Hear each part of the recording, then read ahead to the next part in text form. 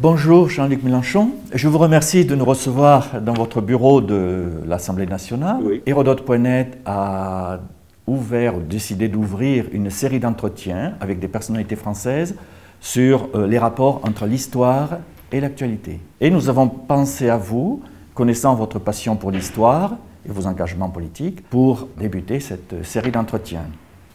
Aujourd'hui, en janvier 2019, la France est agitée par la rébellion des Gilets jaunes. Alors je voudrais vous interroger sur les débuts de la Révolution française, donc. Classiquement, on l'a fait débuter soit à l'ouverture des États généraux le 5 mai 1789 ou 14 juillet 1789.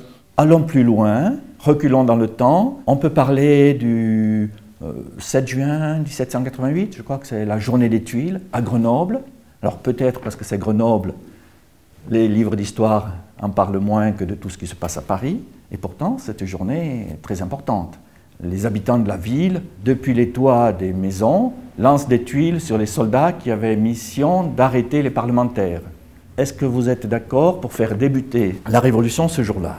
Il faut bien trouver un point de départ. Celui-ci est très hautement significatif parce qu'il peut nous apprendre quelque chose. L'intérêt de l'histoire, dans les moments où on est confronté à des événements qui nous paraissent sans précédent, c'est justement qu'en repérant ceux qui pourraient être des précédents, on aperçoit des caractéristiques qu'on retrouve dans le présent et on peut se guider. Dans la journée des Tuiles, ce qui est intéressant, c'est que le Parlement du Dauphiné est convoqué à la demande du roi, parce que c'est comme ça à l'époque, pour voter un nouveau droit de timbre, c'est-à-dire d'impôt, et différentes autres choses. Et les gens qui sont là disent « nous, on ne votera pas ça, on ne veut rien savoir ». Si on nous y oblige, alors on se considérera comme délié de toute obéissance à notre souverain. Alors c'est énorme, quoi. On est en pleine monarchie absolue, quand même. Et des gens qui décident qu'ils sont déliés de devoir d'obéissance, ce fait est intéressant. Parce que c'est une rupture, on sait que le pays est capable de cette rupture. C'est ça qu'on aperçoit dans le moment historique. Alors, après, il y a un malentendu, évidemment. Les gens qui sont là ne sont pas des démocrates très avancés. Ils défendent aussi les privilèges. Il faut penser aux magistrats, des parlements, qui est un sujet qui est en débat depuis Louis XV. Hein, ces parlements qui ne veulent rien céder à l'intérêt général, dit le roi. Donc c'est une espèce de confrontation entre la hiérarchie féodale et la bourgeoisie qui est naissante et qui est là. Bon. Donc le fait le plus important, ils se rebellent, mais c'est qu'ils disent « Ah ben, si vous nous obligez, on n'obéit plus ». C'est un peu comme quand on va trouver dans certains événements, comme celui qu'on est en train de vivre, qu'on entend des gens crier Macron démission, c'est un signal, parce que ce n'est pas banal, ce n'est pas fréquent dans l'histoire de France. Les Français sont beaucoup plus respectueux des hiérarchies qu'il y paraît, y compris lorsqu'ils sont en état d'insurrection. Ils sont comme ça. Voyez-vous, quand Louis XVI essaye de s'évader, de fuir et de partir à Varennes, on le ramène. Lafayette dit le premier qui crie, ça va chauffer pour lui, donc on ne jette pas de pierre et on ne crie pas de mots, mais les gens ne crient rien. Or, ils sont des milliers, c'est pas là. Ils auraient pu très bien se mettre à crier à bas le roi, je ne sais pas quoi. Ils sont indignés. On leur interdisait aussi de... Oui, on leur interdisait, mais on leur a interdit toutes sortes de choses, ils l'ont quand même fait. Bon, si vous voulez, la puissance populaire aurait pu outrepasser les consignes de Lafayette qui étaient de se taire. Il y avait dans ce moment-là aussi cette hésitation qui est toujours présente dans le peuple français. Il y a les autorités et on les conteste. Donc la journée des Tuiles, elle préfigure d'abord l'événement majeur qui est la possibilité de dire à l'autorité suprême, le roi, écoutez, vous décidez ce que vous voulez, on ne le fera pas. Ça, c'est la première chose. La deuxième chose, c'est les gens qui montent sur... Est-ce que c'est la personne du roi qui était visée ou le gouvernement, la cour de Versailles? Tout ça la personne était respectée. Mais la phrase de la déclaration, elle est claire. Elle dit « Nous sentirons déliés de tout devoir d'obéissance à notre souverain ». Donc c'est bien le souverain dont il est question. L'autre événement, c'est... on envoie donc des troupes pour leur dire maintenant tout le monde rentre à la maison parce que ça suffit. On va retrouver ça aux États généraux, ça va être pareil. Le roi à un moment donné dit bon maintenant je ne vous ai pas appelé pour faire ça, donc maintenant vous rentrez chez vous. Et ça là que vous avez cette superbe réponse au marquis de Drobrezé où Marabeau lui dit nous sommes là par la volonté du peuple, nous n'en sortirons que par la force des baïonnettes. Donc vous avez une préfiguration de cette scène parce qu'on leur envoie des troupes, et un grand seigneur peut leur dire maintenant tout le monde rentre chez soi, le roi vous disperse, et évidemment, les gens qui sont là, il y a des personnages qu'on va retrouver dans la Révolution, comme Barnave. Pour être franc, ils ont peur, donc ils étaient prêts à céder. Et c'est le moment où le peuple se met sur les toits pour jeter des tuiles sur les troupes du roi. Donc l'événement n'a pas pu avoir lieu, l'arrestation n'a pas pu se faire. Et il se produit encore autre chose qui est caractéristique des grands moments révolutionnaires, c'est que les femmes se précipitent dans le clocher et sonnent le tocsin qui rameute toute la paysannerie qui est autour, qui elle est le grand, comment dire, la grande zone grise des révolutions en France, parce que les paysans, on ne sait pas qui c'est, il y en a beaucoup, il y en a partout, et puis ils n'écrivent pas, donc ils ne racontent pas eux-mêmes leur histoire. Et le mythe de la jacquerie, qui depuis Charles V a laissé un souvenir terrible à toutes les élites sociales françaises, que ce soit les nobles, les bourgeois, ou même les maîtres de corporations ouvrières, bon, ils ont une peur panique du paysan sortant de sa campagne, et cette peur arrive évidemment dans ce moment-là. Elle est tellement présente. Vous savez que moi j'aime bien les petits clins d'œil des permanences de l'histoire. L'autre soir, ici, nous avions un débat à l'Assemblée nationale et une collègue a parlé du mouvement des Gilets jaunes en disant « cette jacquerie ». Alors personne n'a relevé, mais moi je me suis dit comment un mot a quand même traversé l'histoire pour décrire toujours une entité populaire, obscure, indistincte, qui serait plus sauvage qu'autre chose. Donc cette journée des Tuiles, à Grenoble, elle commence la Révolution. Et c'est parce qu'elle, en ce sens qu'elle dit « regardez ce qu'il y a, regardez ce que le pays contient ».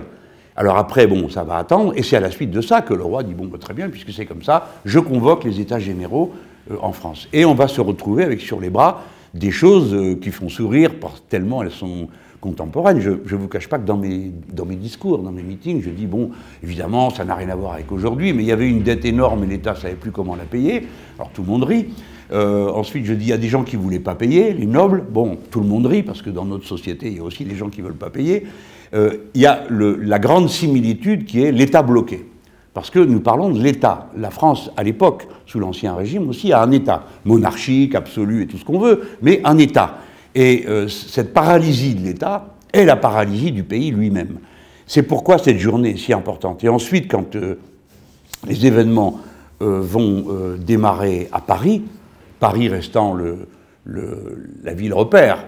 À l'époque, il n'y a pas tant de raisons que ça. C'est peut-être la ville la plus peuplée. La monarchie est à Versailles, et pas à Paris. La capitale, c'est Versailles. Voilà. Alors, mais le peuple parisien est un peuple très populaire, on va dire. Et pareil, à Paris, à nouveau, le point de départ, c'est les impôts. Ça, tout le monde a l'air de le perdre de vue, parce que dans le roman national, le récit glorieux, qui est normal, hein, on fait tout commencer à la Bastille. Mais non, la Bastille, c'est au bout de 3 jours d'émeute que les gens vont prendre la Bastille. Auparavant, les 54 barrières qui entourent Paris à l'époque ont été prises d'assaut et brûlées. Pourquoi? Parce que c'est l'octroi. C'est-à-dire, il y a un impôt à l'entrée de Paris et la marchandise dans Paris coûte 2 fois plus cher que de l'autre côté. Si vous prenez la porte de la Chapelle, où vous avez la Rotonde à Paris, c'est un bâtiment tout neuf, c'est le dernier qui a été construit par la ferme générale. La ferme générale, c'est le système des impôts. Le roi déléguait à une compagnie privée de percevoir les impôts. Elle venait juste d'être finie, ils ont mis le feu, ainsi qu'à plus de 40 barrières sur 54 qu'il y avait d'entrée dans Paris. Et il y avait cette ébullition, les gens fichaient le feu à la barrière. Alors après, on a dit oui, c'est les voyous. Toujours, hein, c'est les voyous. En attendant, les gens ne payaient plus d'impôts, ils étaient très contents. Et comment dire, l'incendie social va se propager dans Paris, mais pas n'importe où, pas au hasard, dans le quartier Saint-Antoine, où il y avait une imprimerie de papier peint, Réveillon, et ce sont les ouvriers qui ont commencé l'insurrection en allant à la Bastille régler des comptes. Parce qu'en février de la même année, le roi avait envoyé la troupe tirer sur eux. Alors, ça conduit d'ailleurs à un nouveau malentendu, parce que j'aime bien la description de Jean Jaurès, qui est un peu narquoise, et il leur dit, bah alors quoi, même pour faire vos révolutions, messieurs les bourgeois, il faut que ce soit les ouvriers qui les fassent. Et dans ce moment particulier de la prise de la Bastille, il faut lire le très beau livre d'Éric Vuillard, parce qu'il le raconte de minute en minute. Aujourd'hui, on pense que ça a été vite réglé, on dit qu'il y avait 4 ou 5 éclopés là-dedans, et le marquis de Launay s'est rendu sans... Non, il n'est pas rendu sans résistant. Il a commencé par leur faire tirer à coups de canon, et ainsi de suite. Il y a eu 90 ou 100 morts à ce moment-là, et une liste officielle des vainqueurs de la Bastille. J'adore ça, ça c'est très français aussi. Ils ont fait une liste officielle. Et dedans, il y a une femme et une seule, Madame Charpentier, qui restera estropié de cette aventure. Et il y a un homme étrange et intéressant qui s'appelle Maillard, dont on reparlera plus tard, parce que c'est lui qui se retrouve la nuit des massacres du 2 septembre à faire l'espèce de juge improvisé dans la cour des prisons. Mais pour rester sur le déclenchement de la Révolution, il faut qu'on essaye d'en repérer les constantes dans l'histoire de France. Et je ne crois pas me hasarder beaucoup en disant que toutes les révolutions populaires, hein, je parle pas des coups d'État entre nobles, toutes les révolutions populaires ont comme point de départ la question du fisc. Si vous prenez l'insurrection sous Charles V du maire de Paris qui s'insurge, qui va mettre toute la France en révolution, le point de départ, c'est le bon usage des impôts. Et au fond, dans cette histoire que nous vivons aujourd'hui, il y a un miroitement de l'histoire sur ce sujet, la dette, l'impôt, qui paye, et comment on va se sortir de l'impasse de l'État. Il y a une chose, c'est que, à propos des jacqueries dont vous avez parlé, c'est que les jacqueries étaient des mouvements contre les nobles et pas du tout contre le roi. Et c'est-à-dire, oui, il y a un paradoxe dans les jacqueries. On peut aussi penser que les soulèvements du peuple en 1788-89 étaient avant tout orientés contre les privilégiés qui bénéficiaient de privilèges fiscaux indus. Ben, c'est toujours c'est aussi l'art d'un révolutionnaire que de comprendre les mécanismes intimes de la révolution. Les peuples, comme je vous l'ai dit tout à l'heure, en tout cas le nôtre, est toujours partagé dans une ambivalence du rapport à l'autorité. Et c'est preuve de subtilité de sa part. On ne s'affronte pas au plus puissant, on s'affronte à l'étage intermédiaire, en disant « ce n'est pas le roi, il est bon et brave ». Et d'ailleurs, on préfère la justice du roi à celle du seigneur féodal, parce que le roi étant plus loin, c'est une justice d'appel, et le juge d'appel ne va pas être celui qui est là et qui connaît votre père, votre grand-père, votre tante, bon, qui peut avoir des histoires avec votre famille. Donc le roi a plutôt bonne presse, mais le tyran local, c'est le seigneur féodal. Et tout à l'heure, j'évoquais la Révolution sous Charles V, Étienne Marcel. C'est pareil, quand les gens envahissent la chambre du roi, ils s'en prennent aux nobles, pas au roi. Et Étienne Marcel met le bonnet sur la tête du roi, « Sire, vous êtes sauf ». Bon. Et c'est tout le temps comme ça. Ils s'en prennent au seigneur féodal, à ses privilèges. Mais c'est une preuve de très grande lucidité de leur part. Des Finances. Et c'est une très grande lucidité de leur part. Ils s'attaquent à celui ou à ceux dont ils pensent qu'ils vont le vaincre. Et ils n'ont pas, comme toujours dans les révolutions, comment dire, la vision globale qui normalement devrait les conduire à dire mais le responsable de tout ça, c'est le système féodal et la clé de voûte du système féodal, c'est le roi. Ils ne sont pas dans une idéologie ou dans une, comment dire, critique idéologique du système. Ils sont dans la forme la plus terrible de la radicalité. C'est la radicalité concrète. C'est toi qui m'embête, viens me chercher chez toi. Ce qui s'est produit d'une certaine façon, qui me faisait sourire parce que on me dit, mais quand même c'est incroyable, les Gilets jaunes vont sur les Champs-Élysées. Mais c'est vrai que même les gens de gauche ont intériorisé le fait qu'on ne va pas sur les Champs-Élysées parce qu'il y a un périmètre qui est interdit, qui mène au palais présidentiel. On n'y va pas. Et personne ne demande jamais dans les manifestations syndicales à aller sur les Champs-Élysées. On a intériorisé le fait que le pouvoir politique est là et qu'on n'y touche pas. Tandis que tous ces gens, eux, disent, mais c'est de sa faute à lui, ben on va le chercher. D'autant qu'il a dit, venez me chercher. Alors, ces parallèles nous intéressent parce qu'ils montrent l'importance en politique des affects et des seuils qui se franchissent quand des affects sont détruits. Les processus populaires ne sont pas tous des processus qui ont une origine, une finalité et un vecteur purement rationnel. Il y entre beaucoup d'éléments de cette nature. Par exemple, quand la Révolution va se radicaliser, à l'initiative des femmes, elles vont chercher le roi à Versailles. Eh bien, on revient et on dit, on a ramené le boulanger, la boulangère et le petit mitron. C'est pas méchant. C'est pas, on va ramener ce fou sanguinaire. Après, les mots vont devenir plus durs dans la suite de la Révolution, à l'égard notamment de Marie-Antoinette. Mais le vocabulaire populaire est bienveillant.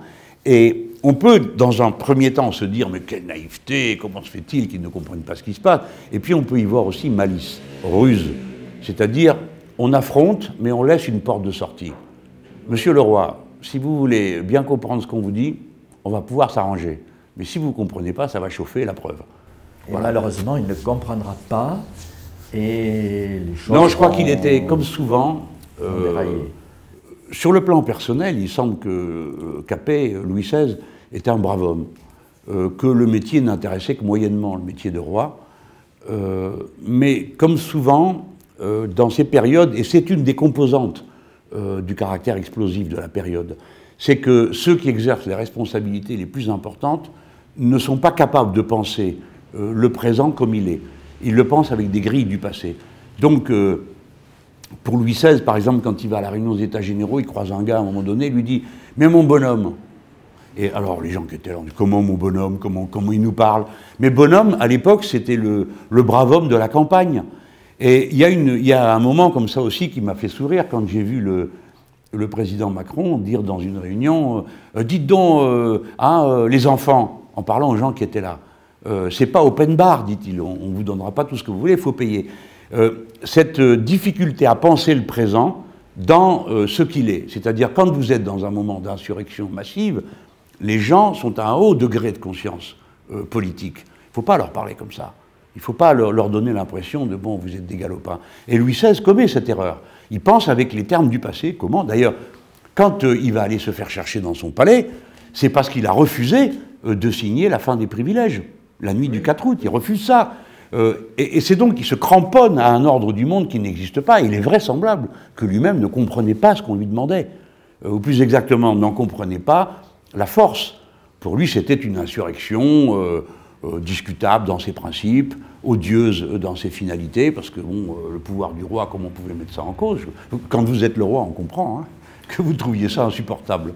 Il n'a pas été pour la monarchie constitutionnelle. La preuve, c'est que quand il fuit à Varennes, il laisse une lettre, ça c'est encore un travers bien français, on écrit.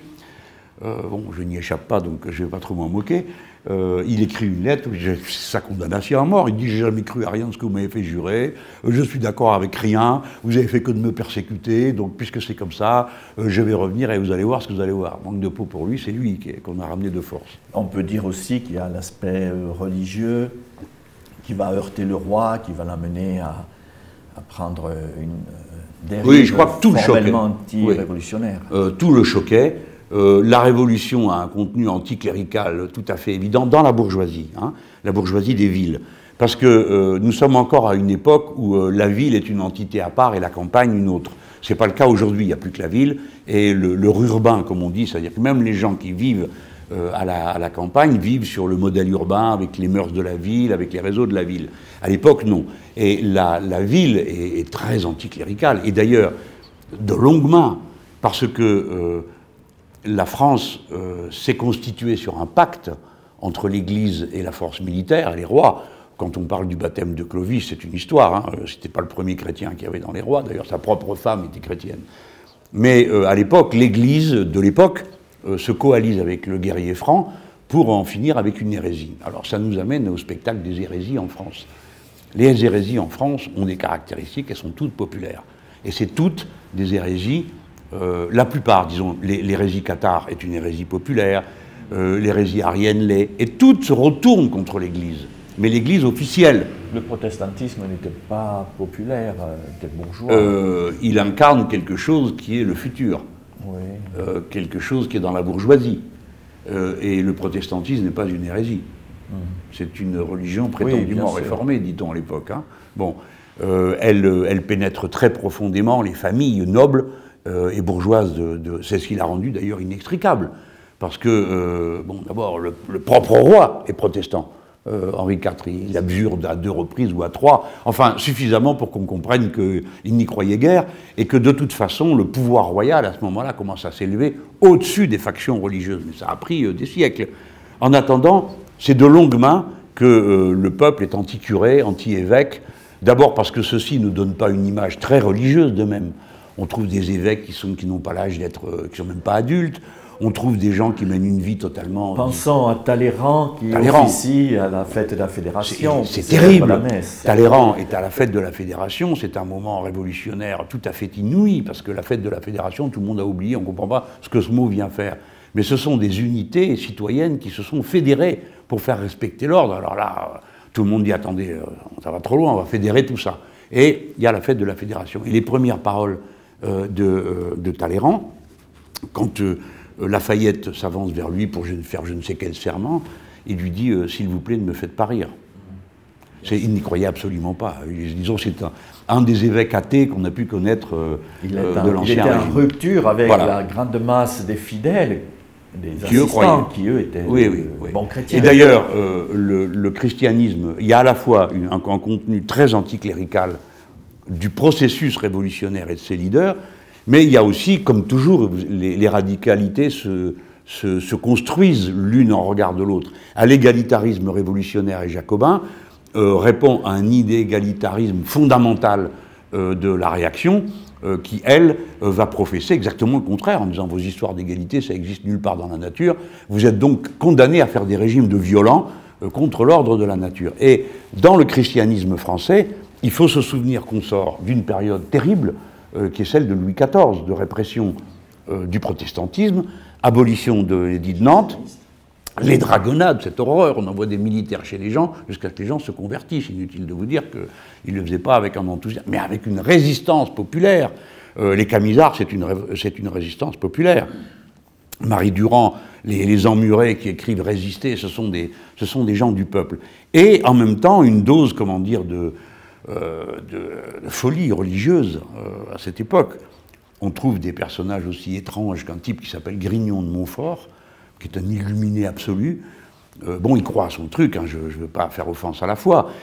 Et on l'envoie, parce que les choses étaient arrivées à un tel point qu'il y a des campagnes françaises où les gens sont devenus carrément païens, quoi, sont revenus aux religions antiques. Et alors ce Grignon de Montfort, lui, est allé en Vendée. Et il a radicalisé le clergé de Vendée, ce qui vous explique pourquoi la contre-révolution a trouvé en Vendée autant de monde. Parce qu'on nous dit ils étaient catholiques, paysans et royalistes. Oui, mais toute la France était catholique, paysanne et royaliste. Pourquoi ça s'est produit là? Il faut toujours essayer de comprendre quel est le terrain particulier qui va permettre au feu de se propager dans la plaine. À Paris, ce sont les ouvriers de l'imprimerie Réveillon qui, les premiers, vont courir sus à la Bastille. Là, bon, dans la contre-révolution, c'est la Vendée, et ainsi de suite. On repère l'endroit. Alors, je ne suis pas surpris qu'en France, dans l'affaire des Gilets jaunes, ce soit la périphérie urbaine, c'est-à-dire tous les gens qui sont en état de survie aussi longtemps qu'ils n'accèdent pas au réseau. C'est-à-dire, s'ils ne peuvent pas aller à la grande surface, à l'école, il y a un problème, c'est que tous ces endroits sont très séparés les uns des autres et qu'il faut rouler. Et que pour rouler, eh ben, il faut payer. Voilà. Et c'est à peu près la même chose que l'octroi à l'entrée de Paris. Voilà les effets de miroitement. Puis après, notre histoire est assez riche pour nous faire des gros clins d'œil, comme l'homonymie. Oui, Drouet. Vous pensez à Drouet. Oui. Alors, pour les lecteurs ou les auditeurs, rappelez-nous. Alors, bon, Drouet, ça m'a tellement amusé de voir ça. Quand Capet s'enfuit à Varennes, Louis XVI part, il a une berline invraisemblable. Donc ça, c'est le 21 La nuit juin de Varennes, c'est... il y a d'ailleurs une voiture assez curieuse, je sais pas qui avait inventé ça, elle était violette et les roues étaient jaunes. Donc vous ne pouviez pas ne pas le voir passer, quoi. Et il passe dans une berline où il y a quand même beaucoup de monde, puisqu'il y a lui, sa femme, sa sœur, ses deux enfants, je ne sais quel curé encore qui se trouve là, il y a beaucoup de monde dedans, ce qui va donner lieu à des scènes comiques au retour, parce qu'il y en a encore d'autres qui vont monter dedans. Et donc il passe, et à chaque arrêt où il devait y avoir des troupes, il n'y a personne. Alors où ils ne sont pas là. Il y a un moment, si, ils y sont. Mais les gars viennent de descendre de cheval. Alors leurs officiers disent, bah la berline est passée, on va l'escorter. Les gars disent, non, pas question, qu'est-ce que c'est cette histoire? On vient de démonter, donc on ne remontera pas. Ce qui est invraisemblable. En réalité, personne n'obéit. C'est ça qu'on voit déjà. C'est que jusque dans l'armée, parce qu'au retour, tout le monde va être là, quand il va se faire choper. Et en cours de route, à Sainte-Ménéhould, il est repéré par le maître de poste qui s'appelle Drouet. Et Drouet dit, mais celui-là, je le connais. Comment il y a des rumeurs que le roi voulait s'enfuir. Alors les gens... On connaît le profil sur les pièces. Voilà, à cause des pièces et des assignats. Alors il le repère, il dit, mais c'est le roi, ça pas il comprend tout de suite. Et il fait ce qu'il faut. C'est-à-dire qu'il monte à cheval, il appelle un copain, il monte à cheval, il passe par les bois parce qu'ils connaissent, et ils vont le bloquer, ils connaissent le passage de la route à Varennes, qui est la limite, avant de passer là où l'armée de l'Est était venue accueillir le roi, et on n'était plus sur des terres proprement du royaume de France. Pas proprement, disons. Et donc il arrive là-bas, je parle que de Drouet, hein, et donc Drouet, c'est ce qu'il faut faire, il court à l'endroit où est le passage, c'est un pont, il y a une espèce de voûte au-dessus, et il y a un bistrot. Donc il va dans le bistrot, et justement, il y avait une réunion des sans-culottes du coin. Bon, une petite dizaine, hein, pas plus, hein, ils sont là. Alors, leur crie, le roi est là, il faut l'empêcher de passer, tout ça. Tout le monde sort et construit une petite barricade sur le pont. Si on veut bien regarder, cette barricade n'est rien. Ils sont à peine une dizaine, normalement, le roi, s'il avait voulu, passait. Et de l'autre côté, il y a des militaires, mais précisément, ce qui échappe au regard de certains historiens, c'est pourquoi rien ne marche. Mais rien ne marche. Il n'y a personne quand il arrive. Quand il arrive à Varennes, la première porte à laquelle il toque, c'est pourtant un chevalier de Saint-Louis, ça. Un homme qui... Le gars dit, écoutez, moi, vos histoires, c'est trop compliqué, passez. Donc le roi passe, où est le maire? Il n'est pas là. Donc on va chez l'adjoint au maire. C'est un épicier, il s'appelle Sauce, ça ne s'invente pas un truc pareil. Donc le voilà chez Sauce, et ce Sauce, tout d'un coup, se retrouve avec une histoire. Qu'est-ce que c'est que cette histoire? Bon, il n'est pas bien. Donc il dit, mais je connais un gars, il habitait Versailles. Il a été au mariage, donc il va reconnaître le roi. Si c'est le roi. Il va chercher le gars, et le gars, évidemment, qui est un ballot, mais il est sympa, il se met à genoux, cire, tout ça. Alors, tout le monde comprend que c'est le roi. Donc ceux qui sont sur la barricade entendent dire, oui, c'est bien le roi. Résultat, les gens commencent à arriver. On sonne le tocsin, les paysans de partout arrivent. Et vont bloquer.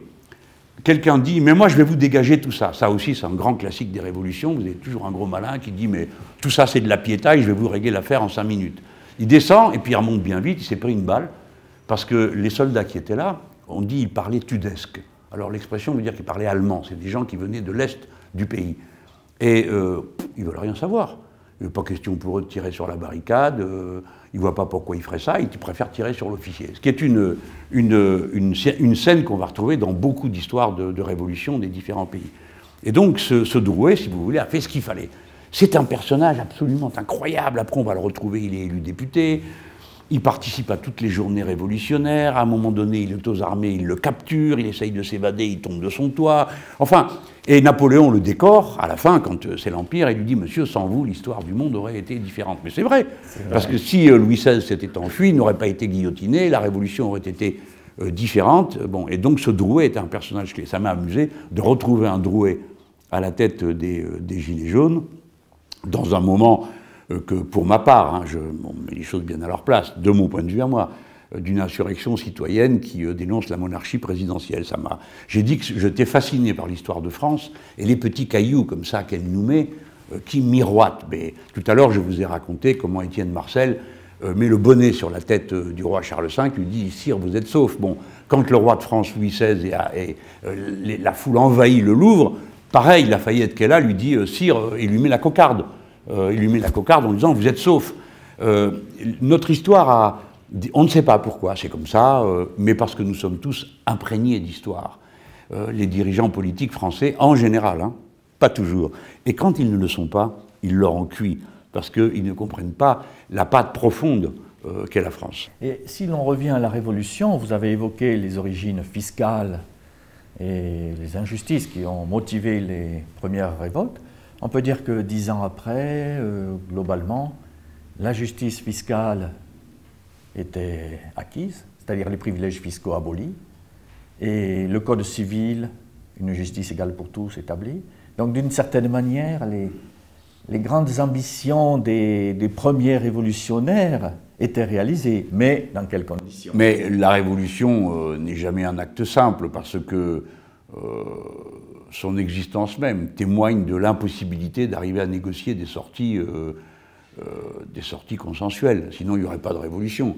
C'est exactement ce que dit Robespierre. Les gens lui disent « mais je ne sais plus à quel propos, je crois la foule avait envahi l'Assemblée », on dit « c'est pas légal ». Il dit « bien sûr, la Bastille non plus, c'était pas légal, abolir la royauté non plus, c'était pas légal ». L'acte révolutionnaire atteste du blocage des sociétés. Donc, comme on le sait, c'est une rêverie qui n'a pas de signification, de dire les choses auraient pu être autrement. C'est la thèse de M. François Furet, que moi je récuse absolument. Je trouve que Thomas Pluquet a fait la démonstration. Furet dit tout se serait passé tranquillement s'il n'y avait pas eu ces enragés de jacobins pour tout rendre impossible et tout bloquer.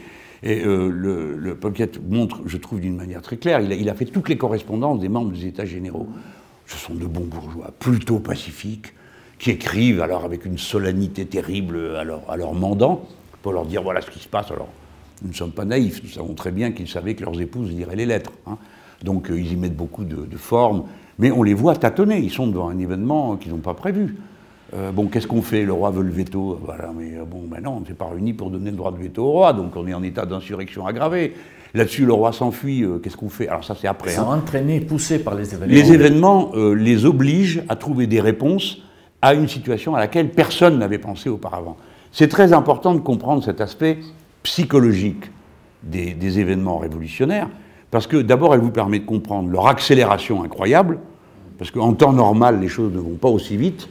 Deuxièmement, l'usure des personnages, c'est-à-dire à quelle vitesse les gens sont brûlés de l'intérieur, parce qu'ils ont donné tout ce qui était en eux, et qu'à un moment donné, vous sentez qu'ils ont atteint leurs limites personnelles. On ne peut pas comprendre Thermidor si on ne comprend pas qu'on a affaire, au moins pour les trois principaux personnages, Saint-Just, Robespierre et Couthon, à des hommes épuisés. Et le jour même de l'arrestation du 9 Thermidor, il est vraisemblable que Saint-Just n'a pas dormi du tout. C'est la raison pour laquelle il ne parle pas. De la même manière, les personnages dans les révolutions vivent les révolutions avec les images du passé. Alors le roi les vit avec les images de la monarchie absolue, mais les révolutionnaires ont aussi quelque chose par moments d'émouvant et d'attendrissant. Ils ne parlent que de la Rome antique, de la République romaine, c'est-à-dire de quelque chose qui s'est déroulé pratiquement 15 siècles avant. J'exagère, mais bon, non, on voit à peu près, au moins à l'époque 1789, donc ça nous fait 17 siècles, on en rajoute 3 ou 4 pour la République romaine, vous voyez, ça fait 20 siècles avant. Et ils vivent parce que ça fait partie de leur culture. De même que le personnage que vous avez devant vous intègre dans son regard sur l'histoire cette histoire. Et malheur à ceux qui ne la connaissent pas, parce que le peuple français est travaillé par l'onde de son histoire. Tous nos profs apprennent à tous nos gosses, à toutes les générations, l'histoire de la Révolution française. Ils savent qu'ils sont les enfants de ça, même si aucun de vos parents n'était français à l'époque, comme ça arrive à beaucoup de Français. Hein. En attendant, c'est ça le pacte républicain français. Comment vous expliquez qu'il y ait tant de gens qui sont sortis des pancartes, les uns avec des bonnets phrygiens, les autres avec des piques, des fois la guillotine, c'est plus discutable. Nous vivons toujours la Révolution française. Oui, et on compare, on fait des comparaisons qui ne sont pas toujours très gracieuses, mais là, comme disait Mao Tse-tung, hein, la Révolution n'est pas un dîner de bal, n'est pas dîner de gala. Oui, elle n'est pas un gala, voilà. Alors je prends Mao Tse-tung, il était particulièrement violent, et il en connaissait quelque chose de manière assez désagréable. Mais c'est comme ça. Tout d'un coup, un embrasement soulève jusqu'à la profondeur la plus ultime du pays. Alors tout remonte. Alors la bonne société en général dit « mais qu'est-ce que c'est que ça? Regardez !» Alors toujours des exemples déplorables à montrer. Parce que cette société n'est pas consciente de sa propre violence. Elle n'en a pas conscience. Elle pense que c'est l'ordre naturel. Et ceux qui s'opposent à elle, c'est comme dit Blanqui. Blanqui a un très beau texte sur les insurrections populaires. Il dit « ce qui est le plus surprenant, c'est la stupeur des gens en place. » Et qui se disent « mais regardez, ils sont tellement sauvages qu'ils se révoltent quand on les attaque. » Oui. C'est Blanqui qui dit ça. Bon, ça se discute. Hein. Nous sommes un peuple travaillé par cette dispute depuis 2 siècles. Les uns au nom d'un égalitarisme, d'une égalité et d'un égalitarisme fondamental, les autres du point de vue inverse.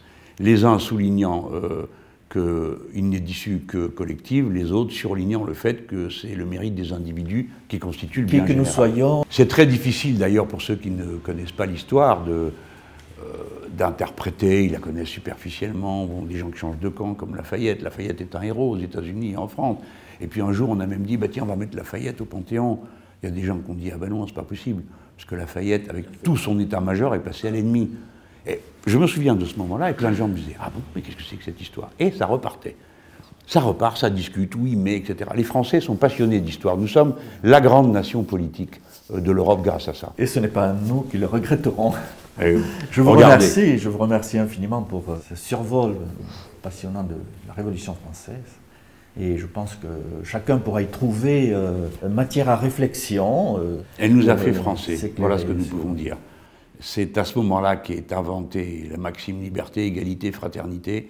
Et depuis, je crois que, en général, le 99% des Français se reconnaissent dans cette formule. Ils ne l'interprètent pas de la même manière, mais ils se reconnaissent dans cette formule. Et ça, c'est énorme.